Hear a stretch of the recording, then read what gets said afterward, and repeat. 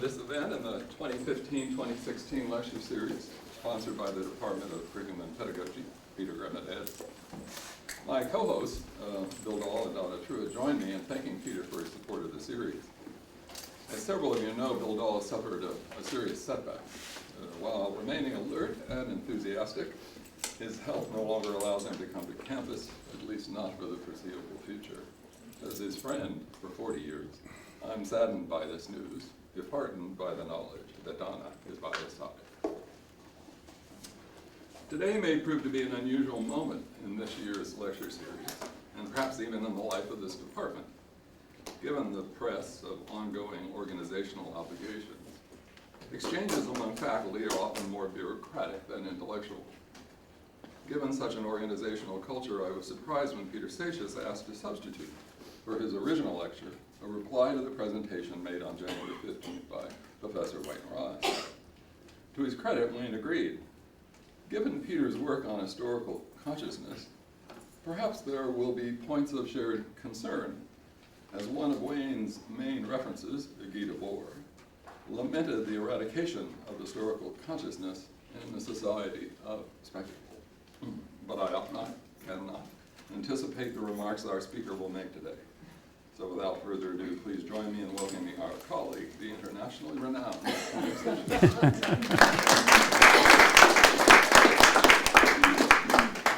Thank you very much, Bill, and thanks to the entire seminar committee. And thank you to all of you who have come to be part of the audience today.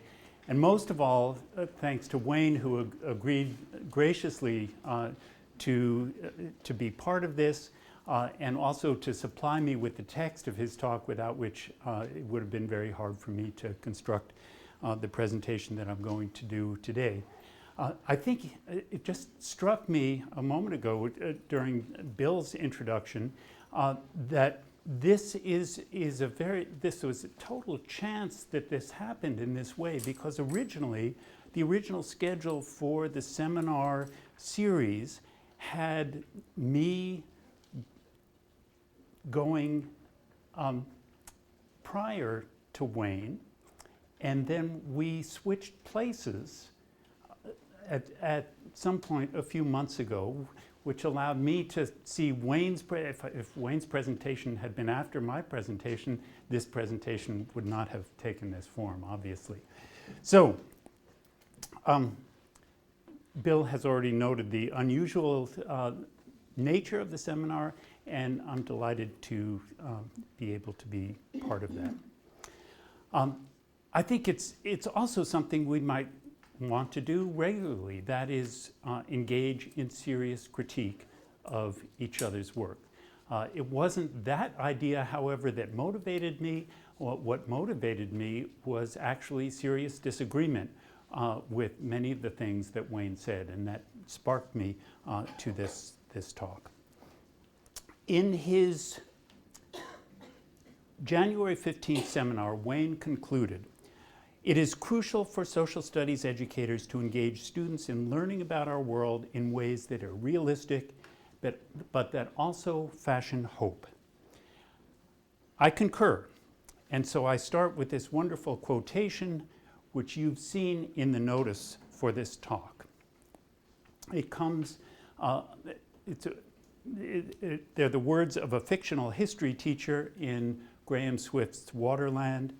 "Yes, yes. The past gets in the way. It trips us up, bogs us down. It complicates, makes difficult. But to ignore this is folly, because above all, what history teaches us is to avoid illusion and make-believe, to lay aside dreams, moonshine, cure-alls, wonder-workings, pie in the sky, to be realistic. And my goal this afternoon is to distinguish between realism and moonshine." And I think we can be aided in this task with the concept of historical agency. And this is something that I've written about, and I'm going to ask your indulgence if I actually read from a paper. This is just a page or two from a paper that was published in 2012. On the one hand are the actions that express human agency or autonomy. On the other hand are the social structures and social constraints within which these actions are played out. How much autonomy do we have, and how much of our lives are constrained by the conditions into which we were born? Are we bound ultimately by an iron cage of the conditions in which we find ourselves? We can think of a healthy concept of historical agency as one that has a reasonable sense of which conditions are changeable at a particular historical juncture and which are not. There is a danger on the one side of irrational moonshine wonder workings, pie in the sky, grandiose interpretations of one's potential and capabilities. As someone who lived through and participated in the radical movements of the 1960s, and who went off to a wilderness commune in British Columbia for 3 years in order to provide a model for the remaking of the modern social order, I can speak of firsthand experience of this danger. On the other hand, there's a danger of historical paralysis, of giving up on any possibility of active agency, of affecting any significant change at all. In fact, this may be the default position of many students who take the world that they are given as the only world possible. What kinds of lessons will bring these students face to face with the possibility of committed action and the possibility of profound historical change? The answer to this question points us to the central pedagogical question: how do we teach historical agency? Making historical agency one of the central concerns of history education can help us do our best to map a course between these two dangers, particularly if we are aware that there is a dangerous turn on each side of the road. The historical responsibility of history and social studies teachers now looms very large. It is to help young people learn how to subject material from the legacies of the past to critical examination.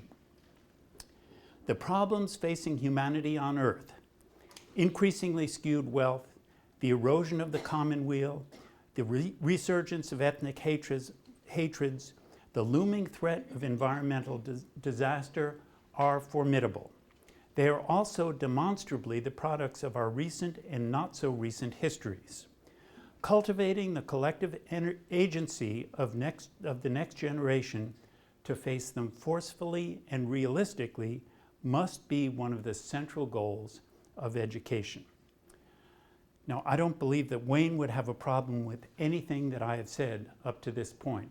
And in my comments from here on, I'm not going to refer explicitly to agency, to the concept of historical agency, but I think it underlies every piece of the next comments that I'm going to make. So this is where we agree, and now let's talk about our disagreements. And I've divided these into 4 topic areas. Ideas about continuity and change in American history, ideas about schools now, ideas about what teachers and teacher educators should do, and ideas about the role of educational research.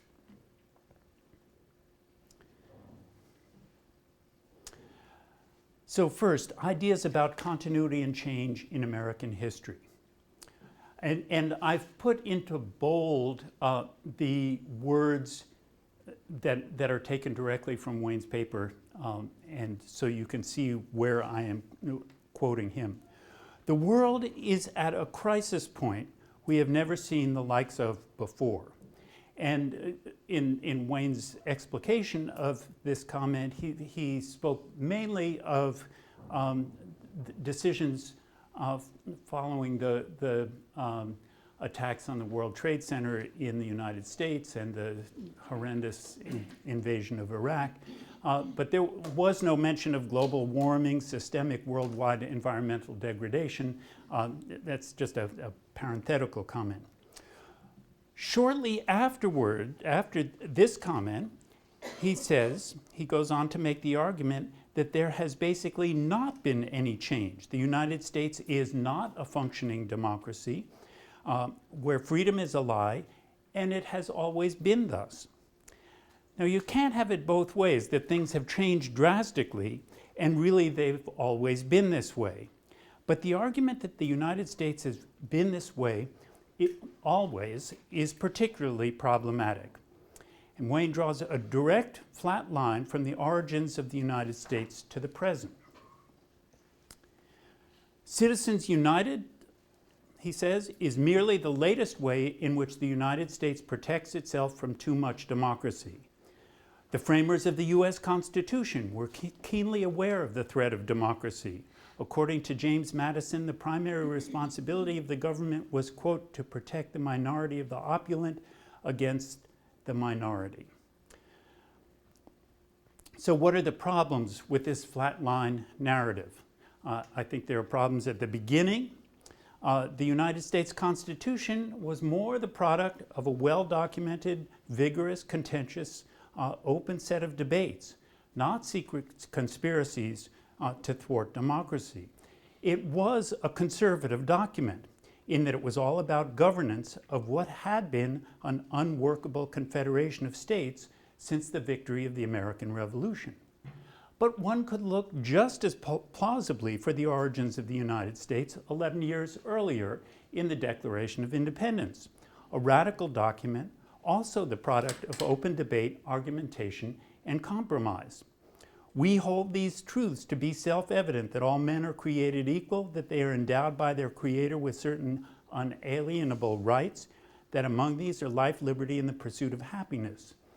Carl Becker's memorable phrase that the revolution was not only about home rule, but about who would rule at home, is reflected in the current historiography of the American Revolution.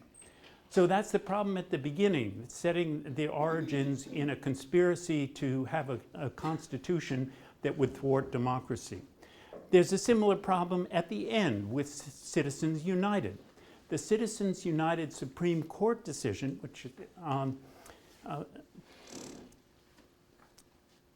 doesn't really provide a fair sense of the United States today. It represented a majority in a 5-4 split on the Supreme Court. There was outcry and outrage expressed across the country in response, and widespread acknowledgement of the radical departure from earlier precedent. Moreover, the Supreme Court does not always thwart progressive developments, but rather sways back and forth depending on the makeup at any particular moment. The Earl Warren Court, which made the Brown versus Board of Education decision on racially segregated schools in 1954, the Warren Burger Court, which made the Roe versus Wade decision in 1973, come immediately to mind. And now that Antonin Scalia has died and there is now a 4-4 split, with certainly the possibility, depending on the actions of the U.S. Congress, the U.S. Senate, and the election, there may now be a real shift in the court. It's not set in stone, and it hasn't been set in stone since the origins of the United States. The straight, unvarying, uncontested line that Wayne has suggested of U.S. history from its origins to the present is wrong in its starting point, wrong in its end point, and wrong everywhere along the way. American historiography of the last 45 years has been clear in documenting the voices, struggles, and agency of women, immigrants, workers, racialized minorities, and most recently sexual minorities. And it is not simply a story of failure and defeat. Wayne's flawed picture of American history, where the 1% have always made all the decisions and nobody else has ever had any historical agency, leads him to claim, following Aldous Huxley, that democracy and freedom are empty phrases along with equality, egalitarianism, justice, rights, etc. Are the tropes of democracy and freedom really tired and useless? I don't think so. Does it matter if Donald Trump wins the US presidency? Does the Affordable Health Care Act count for nothing? Is a functioning environmental protection agency worthless? In Canada, does it matter if the current Liberals roll back the recent Conservatives' Bill 51? Does it matter if they permit government scientists to speak to the press about their findings? To dismiss the significance of all this, I think, is to be out of touch with the world around us.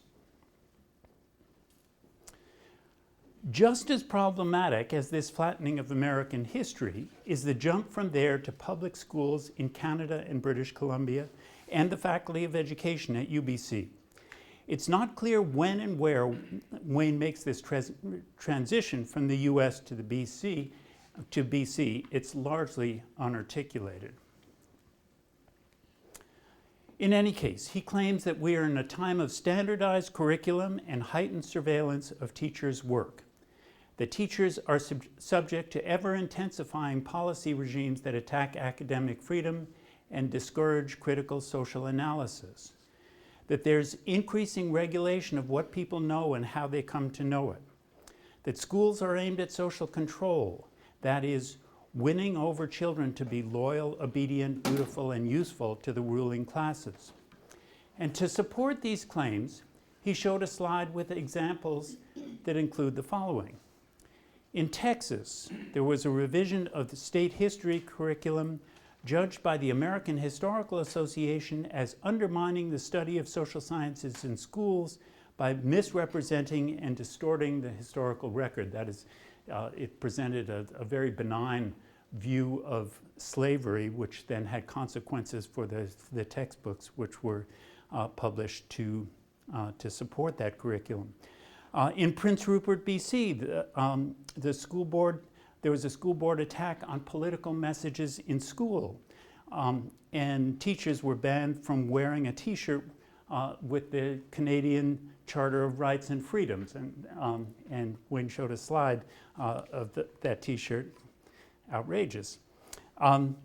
Jefferson County, Colorado school board attack on curriculum, and they proposed a curriculum review that dictated that citizenship, patriotism, and respect for authority should be central to all their curricula.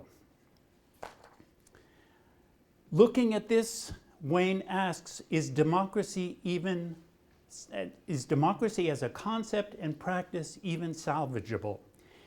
And my answer is yes, most certainly. These incidents and the fact that they are outrageous enough that they garnered news headlines are precisely signs of a healthy democracy. The American Historical Association publicly criticized the Texas revision of the history curriculum, as did the New York Times and the Los Angeles Times. The Prince Rupert teachers were not silenced, they were heard. The BC Civil Liberties Association called for a reverse on the ban on the T-shirts, or they said it will be reversed by the courts. In Colorado, the students of Jefferson County Schools staged a massive strike against the school board's curriculum initiative. This from the New York Times. Hundreds of students and teachers and parents gave the board their own lesson in civil disobedience. And in fact, the proposed guidelines were never implemented. These are great evidence of democracy, not of its end. On top of that, the argument presented blended American and British Columbian examples as if they are the same. Is BC's curriculum becoming more standardized? Are BC teachers being subjected to intensified surveillance? In fact, student choice, far from being squashed, is now being prescribed. The problem facing BC teachers currently is quite the opposite from that Wayne described. The current curriculum reforms are less detailed, less prescriptive than what they replaced, and the ministry offers no authorized or recommended textbooks or materials. The ministry is largely leaving what is taught, how it is taught, and when it is taught wide open for teachers, with an unprecedented absence of guidance or support. Here's a page, the second page you click on, from the BC Ministry of Education website on the new curriculum. Look at it, you'll see that Wayne's revolutionary pedagogical innovation of empowering teachers and students to chase their interests, desires, skills, and abilities is in fact the very direction that the BC Ministry of Education is headed. Now, the print is quite small in this, capturing energy. I'm reading from the slide. We all know how passionate kids can get about something that interests them, whether it's dinosaurs, soccer, or music. Personalized learning taps into that passion. Imagine what's possible if we can capture the energy and focus from those passions and connect them to classroom learning. Whether it's computers, hockey, or art, passion is a motivator. Personalized learning is at the heart of the new curriculum, and it makes it easy for kids to engage, connect, and succeed. Those of us who taught in alternative and free schools in the 1970s know that great teachers continued to be great, and gifted, privileged students with supportive families continued to thrive, but the rest often floundered. Rain did not stop at personalized learning, however. He had more ideas for teachers. That they should make trouble, creative disruption of everyday life in the classroom, using the employer's resources for personal use, or la perruque. Empowering teachers and students to chase their interests, desires, skills, and abilities. To create free, ephemeral enclaves of autonomy, or temporary autonomous zones that are mobile and stealthy. I thought about the implications of these kinds of prescriptions for other professionals and workers other than teachers.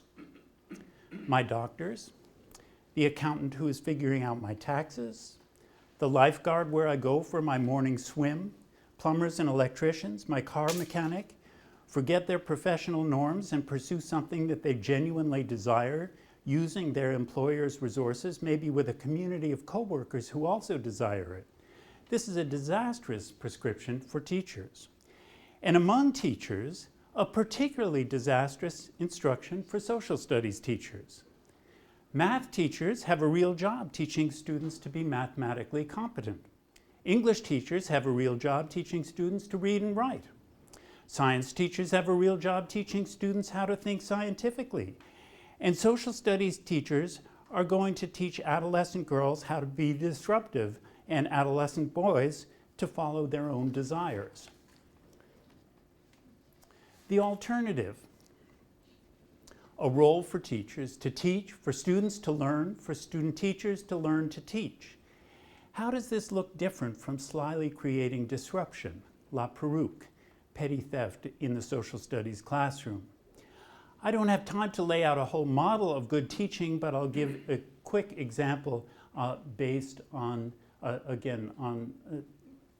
some of Wayne's ideas.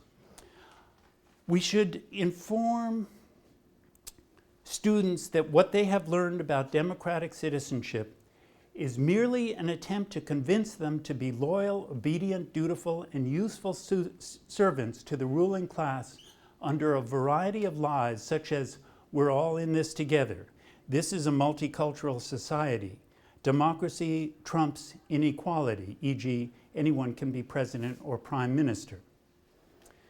Now, I don't think that this is, in fact, an exemplar of good social studies teaching, but we can transform it by asking good questions. Are we all in this together? If not, what kinds of things divide us? Which divisions is it reasonable to think that we can overcome? How can we overcome them? What is a multicultural society? Is Canada one? How so and how not so? What are the qualities of a good president or prime minister? And this is particularly relevant at this point in time. And then teach students the conceptual and dispositional tools that they will need to debate these questions with each other and arrive at reasonable answers. This kind of teaching is difficult.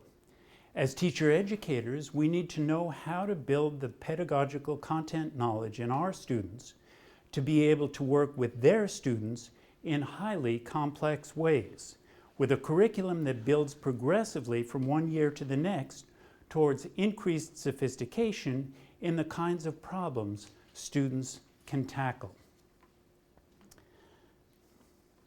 Finally, a quick note on research. And this was a parenthetical comment from Wayne, so it also will be a parenthetical comment from me. He distinguished between empirical and normative research, saying that you can never get from the empirical to the normative, and suggesting, therefore, that empirical research will only confirm what is. I will not get into the problems of this radical division. I think empirical research always has a normative dimension to it, but rather just ask the question, what authority do we have, that is, as educators in a faculty of education, with parents, with teachers, with schools, with ministries of education, without the basis of empirical research? Why should they listen to us?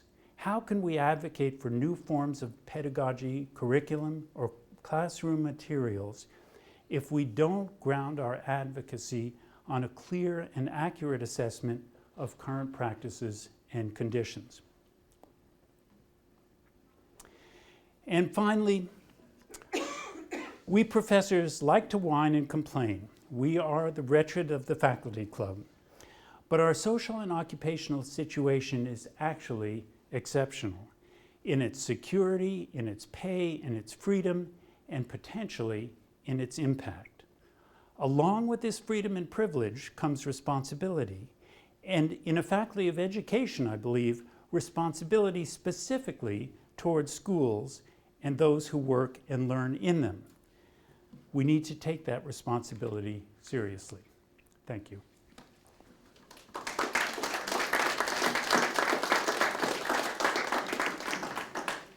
Questions, comments? Actually, I have a response. Respond.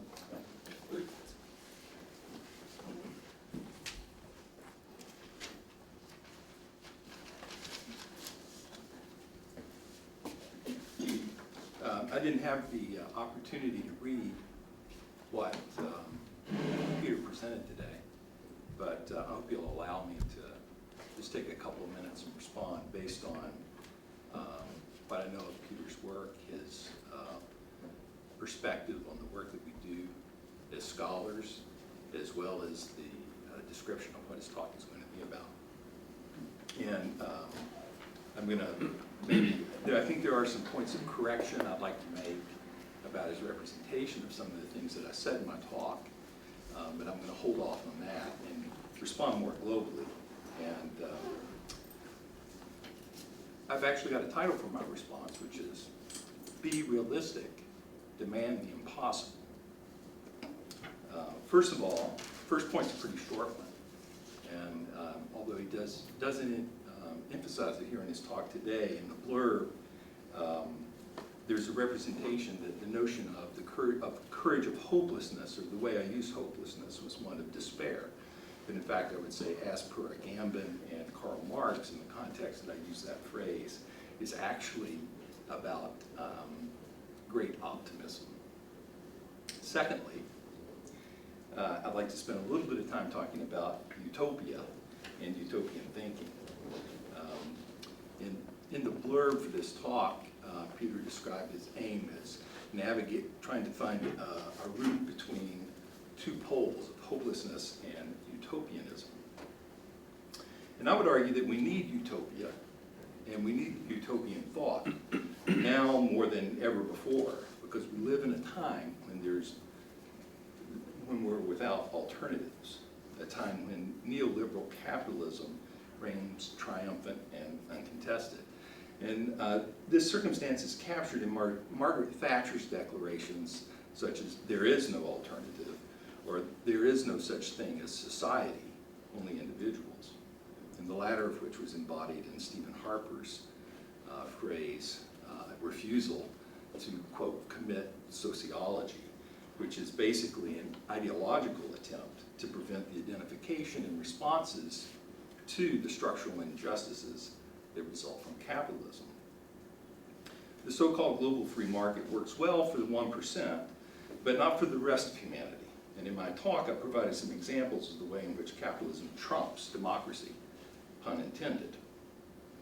The hegemonic system of global capitalism dominates not because people agree with it. It rules because most people are convinced there is no alternative. Indeed, as I've argued, the dominant approach to schooling and curriculum, particularly in social studies education, is aimed at indoctrinating students into this belief, whether that's intentional or not. Utopian thinking allows us to consider alternatives, such as the pedagogical imaginaries I previously presented, in an attempt to open up spaces for rethinking approaches to teaching, learning, and experiencing the world. And these imaginaries are necessary because traditional tropes of social studies curriculum, such as democracy, voting, and democratic citizenship, are essentially lies. Peter outlined that quite accurately. Stephen Duncombe argues that utopia is politically necessary even for people who do not desire an alternative society. This is a quote, thoughtful politics depends upon debate. Without someone or something to disagree with, there's no meaningful dialogue. We only have an echo chamber. Without a vision of an alternative future, we can only look backwards, nostalgically to the past, or unthinkingly maintain what we have, mired in an unholy apocalypse that is now. That's my second point on utopia. My third point is on the issues of inquiry, what John Dewey called the nature of method, which is a phrase I kind of like there. I believe that Peter said that the key question, the central question for social studies history educators is how do we teach historical agency? And I don't disagree with that, but necessarily, but I would put it differently. I believe that the key question to be posed in social studies, and one that history can help us answer, is why are things as they are? What we understand about the world is determined by what the world is, who we are, and how we conduct our inquiries. Things change. Everything in the world's changing and interacting. When studying social issues, we should begin by challenging the common sense ideas of society or a particular social issue as a thing, and consider the processes and relationships that make up what we think of as society or that particular social issue. And that includes its history and its possible future. Inquiries into social issues help us understand how things change, and it also contributes to change. In understanding social issues and how things change, it helps to abstract or start with observable reality, concrete reality, and break it down. So abstraction is like using a camera lens with different focal lengths. We can zoom in on the distant object to see what is the history of this. We can use a wide-angle lens to capture more of a scene, to answer the question of what is the social context of this issue now. This approach raises important questions. Where does one start? What does one look for? The traditional approach to inquiry starts with the small parts and attempts to establish connections among other parts, leading to an understanding of the larger whole. Beginning with the whole, the system, or as much of it as we understand, and then inquiring into the parts of it to see how it fits and functions, leads to a fuller understanding of the whole. Analysis of present conditions is necessary, but it's insufficient. The problem is that reality is more than appearances, and focusing on appearances, the face value of evidence from our immediate surroundings, can be misleading. How do we think adequately about social issues, giving issues the attention and weight they deserve without distorting them? We can expand our notion of a social issue, or anything for that matter, to include as aspects of what it is, both the processes by which the issue has come to life and the broader interactive context in which it's found. In this way, the study of a social issue involves us in studying its history, the preconditions and connections it has to the past within the encompassing system. Remembering that things change provokes us to move beyond analyzing current conditions and historicizing social concerns, social issues, and to project a probable or possible future. In other words, our inquiry leads to the creation of visions of possible futures. In this process of inquiry, then, the changes in the way we think about a social issue, it changes the way we think about the social issue in the here and now. And change moves in spirals, not in circles. And that we can look for the preconditions of the future in the present, and we can use them to develop political strategies. That is, how do we organize for change? That's my third point. My last point is this. It's on school and social progress. Sorry for all the air quotes, but I realize that these are complicated concepts in and of themselves. A fundamental part of human nature is the need for creative work, for creative inquiry, for free creation, without the arbitrary limiting effects of coercive institutions. Schools are continually threatened because they are autocratic. They're autocratic because they're continually threatened.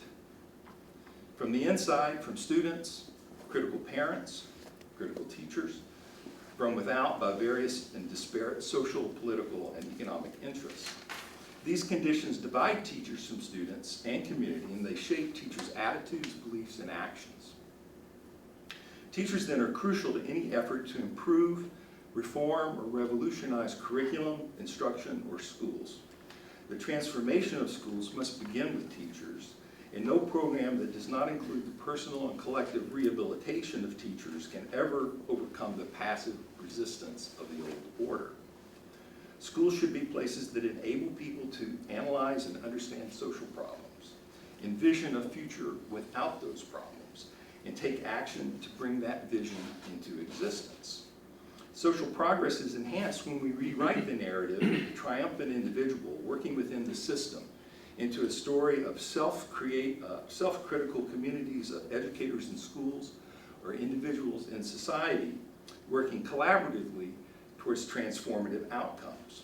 People who talk about transformational learning or educational revolution without explicitly referring to everyday life, without understanding what is subversive about learning and love, and what is positive in the refusal of constraints, are trapped in the net of received ideas. The common nonsense and false reality of technocrats or worse.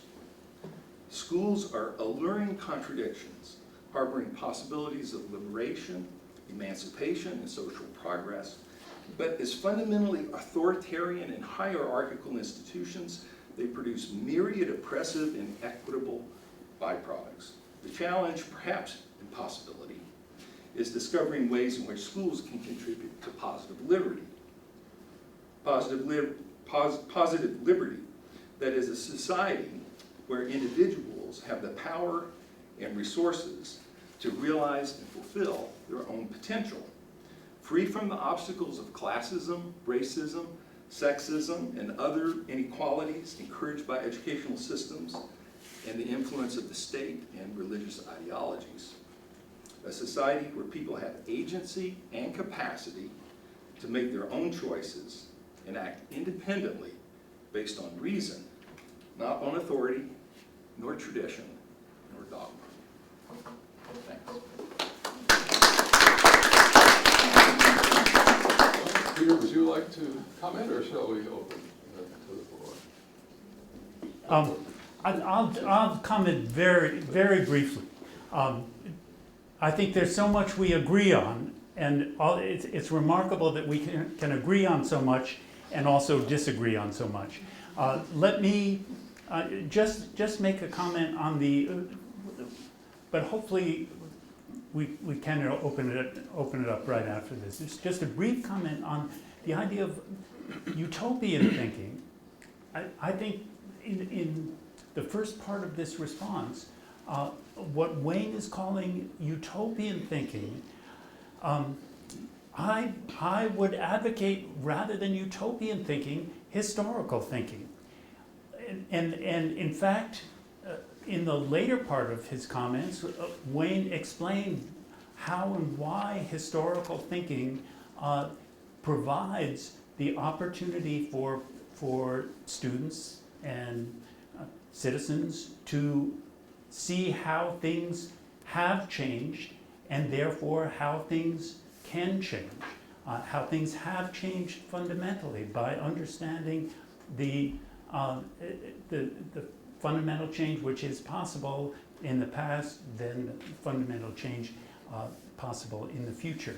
However, if it's only, and that doesn't demand a utopia, the only time when a utopia becomes necessary is if you don't recognize that there has been change in the past, and then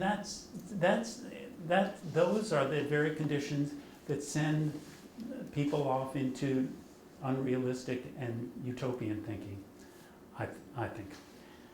Anyway, I'm eager to hear other people's comments, actually. All right, thank you. Other people's comments, that would be we.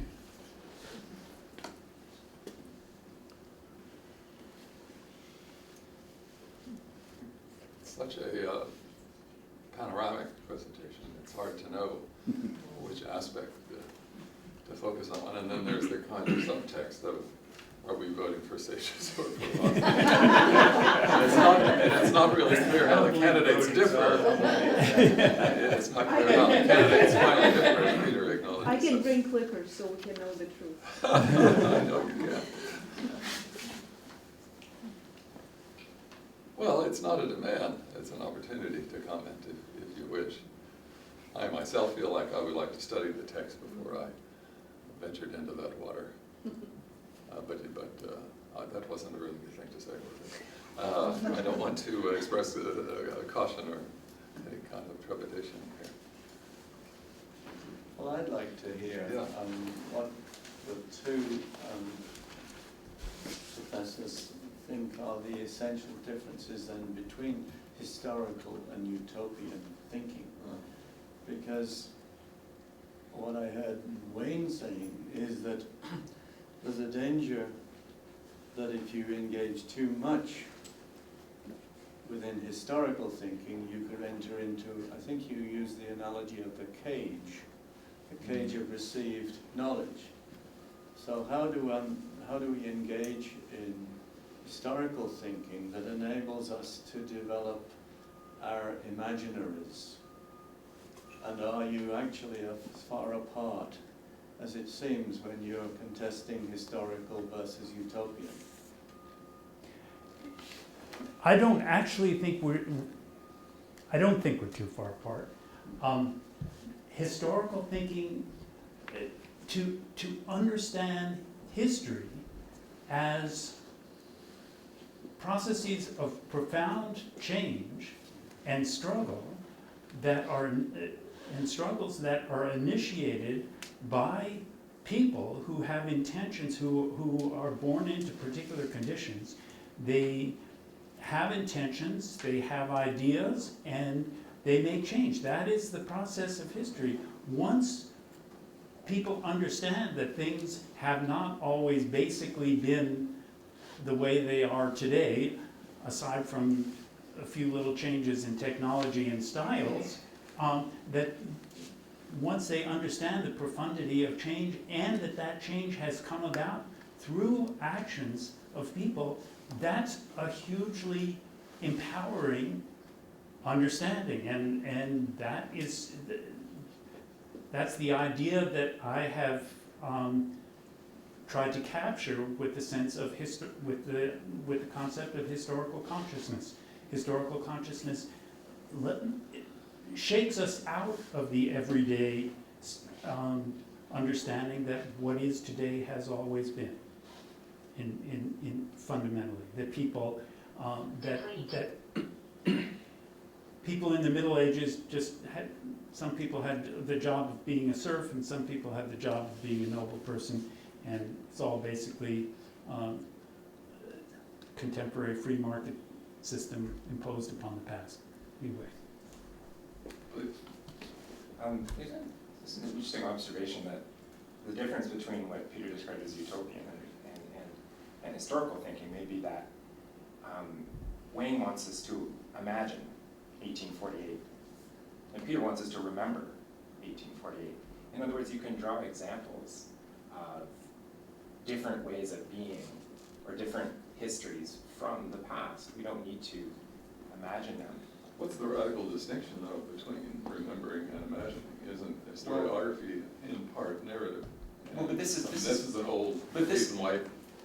But maybe I don't want to. But this is also a series of misconceptions about what historiography and history are.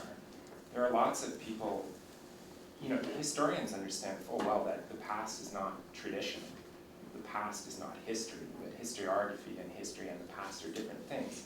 But when we try to bring those discussions into educational settings, we go down this rabbit hole of epistemology and ontology that is almost, for a historian, like hitting one's head against the wall.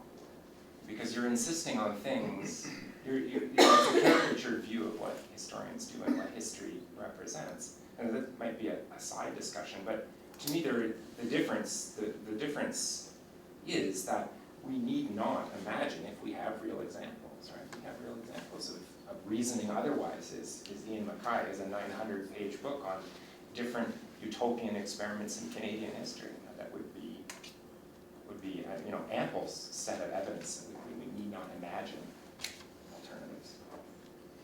I would say, I would draw the distinction this way, that, well, firstly, I'm a social studies educator, Mm-hmm. and not a history educator. And Or a historian. Or, true, even though I have a couple of degrees in history.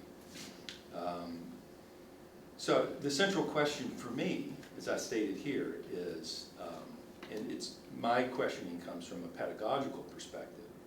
So what is the question to be asked in the social studies classroom? What is the question that we want students to ask? Why are things as they are? And history can help answer that question. But focusing merely on historical thinking in the narrow sense of the term cannot fully answer that question. And this is part of the distinction I see between social studies and history education. In maybe it's splitting hairs, but I think having a focus on getting students to focus on understanding and creating conditions where they can construct personally meaningful understandings of the world for themselves is the key. That means analyzing the present, historicizing the present, projecting what you learn through those analyses back through the present into the future to create a vision of what is possible in their life. That, in fact, I think resonates with the traditional and problematic ideas of social and political progress. But I think, to me, they're still appealing, and they're appealing in the sense that they embody elements that we can find in utopian thinking, that it's useful for us to see and understand our world in ways that are outside of the cage, rather than looking for solutions to problems, social problems, that end up, as one of my favorite post-punk groups from the 80s, the International Noise Conspiracy wrote in lyrics to a song, creating larger cages and longer chains, without really understanding the fact that in many ways, when we live in a society that imposes beliefs and wills and understandings on us, that's exactly where we are. And I think schools, as a apparatus of the state, in the past and still here in the present, actually function in that way by helping and promoting a compromised view of what is possible. It's a hegemonic view that actually helps to sustain status quo political and social relations that create the very oppressions that I'm sure everybody in this room believes needs to be eradicated, but we're caught in this kind of contradiction when we start to talk about schools and school curriculum. Which leads me to just the one last point. I think there's things appealing about what the ministry is offering in particular in the BC Ed plan and how that's coming together. Certainly, and I mentioned this in my talk, it's not anything goes in a classroom. It's not that teachers are free to pursue anything. In fact, one of the main principles that is taught to secondary social studies teachers here is the focus on maintaining neutrality in their teaching and being careful about what they explore ideologically. I think that in and of itself shows that there are insidious forces that that encourage self-censorship, if not official censorship in the classroom. Yeah, so well, Penny? Maybe Peter wanted to respond to that first. Oh, Okay. I just maybe wanted to ask you a little more about that business of the stance of neutrality. Because We both teach the methodology courses, and neither of us say that, so it was new to me that the teacher ed program that's a central sort of tenet of it, which was the way you presented it in your talk. And so can you talk about the evidence for that, where you've seen it, why you're saying that? Because I was quite surprised. Can I throw a rider on that, because I think it might be Pardon? interesting. Can I throw a rider on that, Yeah. because it might be interesting? You know, George Counts, in Dare the Schools Build a New Social Order over 80 years ago, said exactly this: teachers cannot be neutral. And yet, Wayne, you would organize him with the social control history of education that you have. So how do you historicize your own discipline, social studies, in the context of questions like Penny's? I'm saying what the students tell me is their experience. I'm really That's my puzzled. evidence. Yeah, so your evidence is some of the students have said that Many. they've been told. Okay, I haven't heard that. And I'm not sure, I didn't quite follow your line on Counts. Well, if the history of education is a history of social control, then how do you historicize your own discipline? It doesn't fit within that social control, then, or does Oh, it? it does absolutely. It does, absolutely. Yeah. So it was a reaction to social control, yet it is part of social control. Yeah, and yes, in fact, I think this does lead us far away from where we're going, but I think, as Dewey says in Democracy and Education, education in every society is a form of social control. But Dewey's not counseling, and he's not vote, for instance.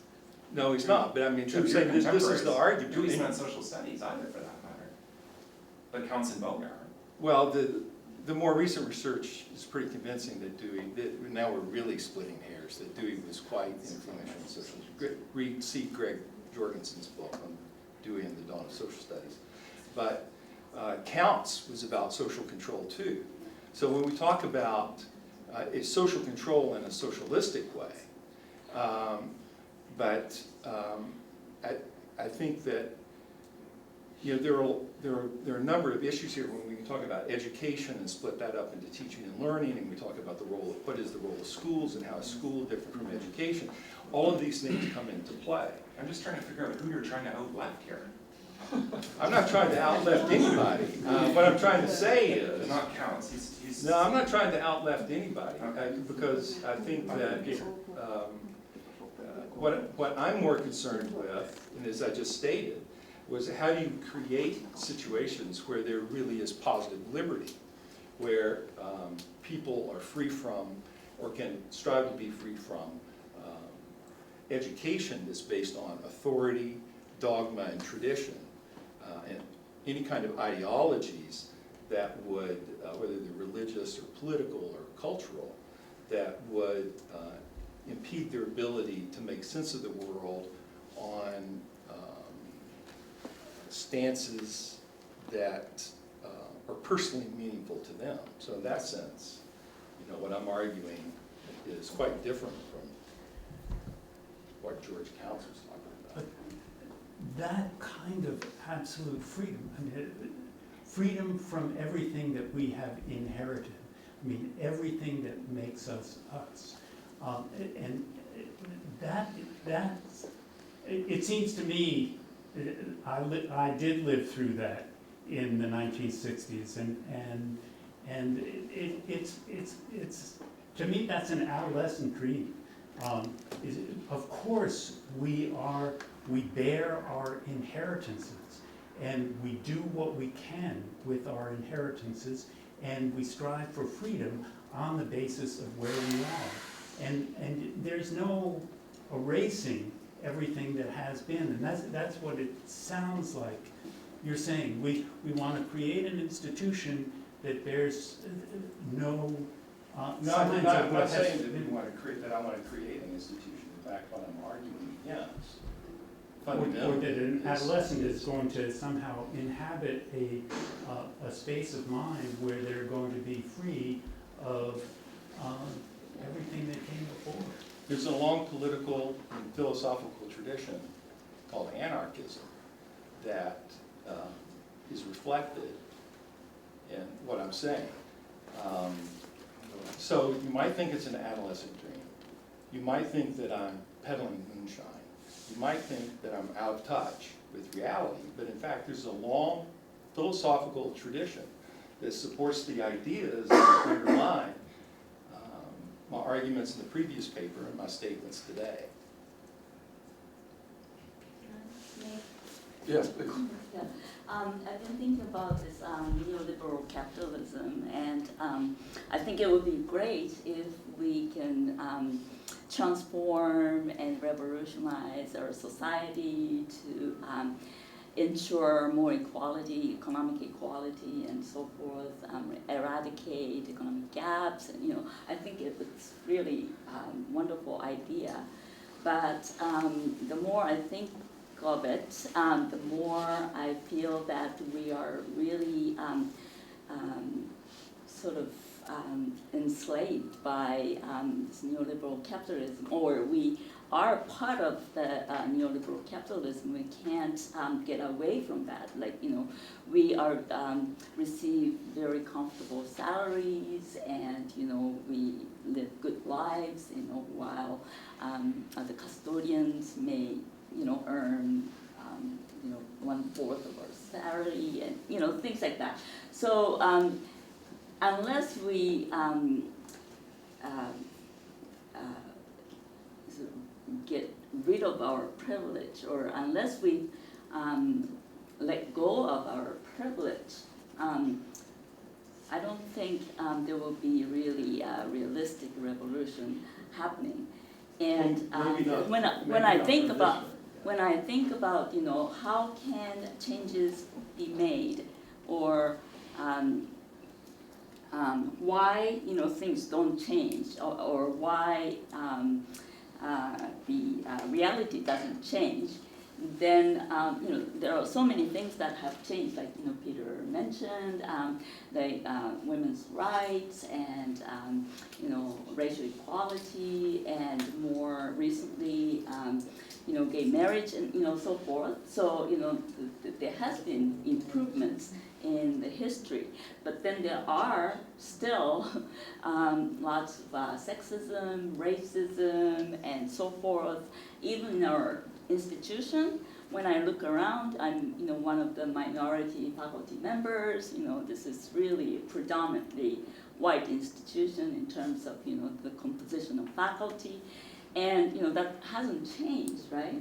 So maybe it's part of let go of our privilege, somebody's privilege that really persists, and that really is sort of intertwined with the struggles among different positions and different positionalities, different political views and ideologies, and so forth.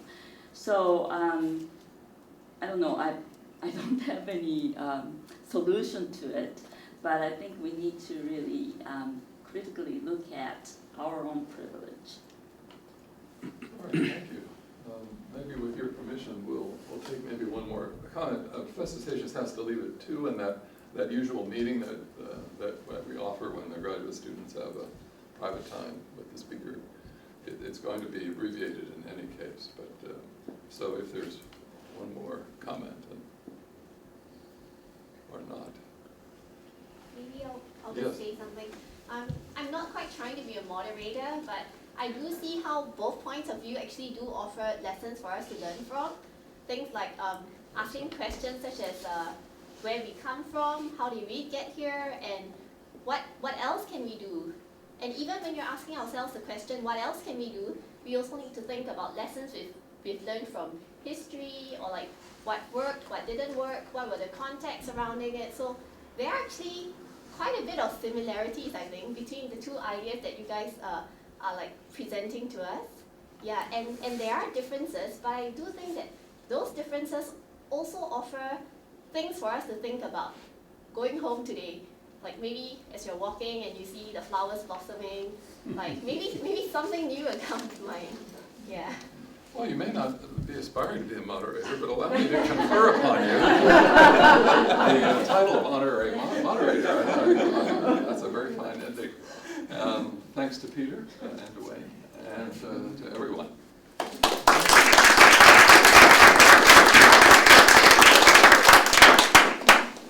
Joseph.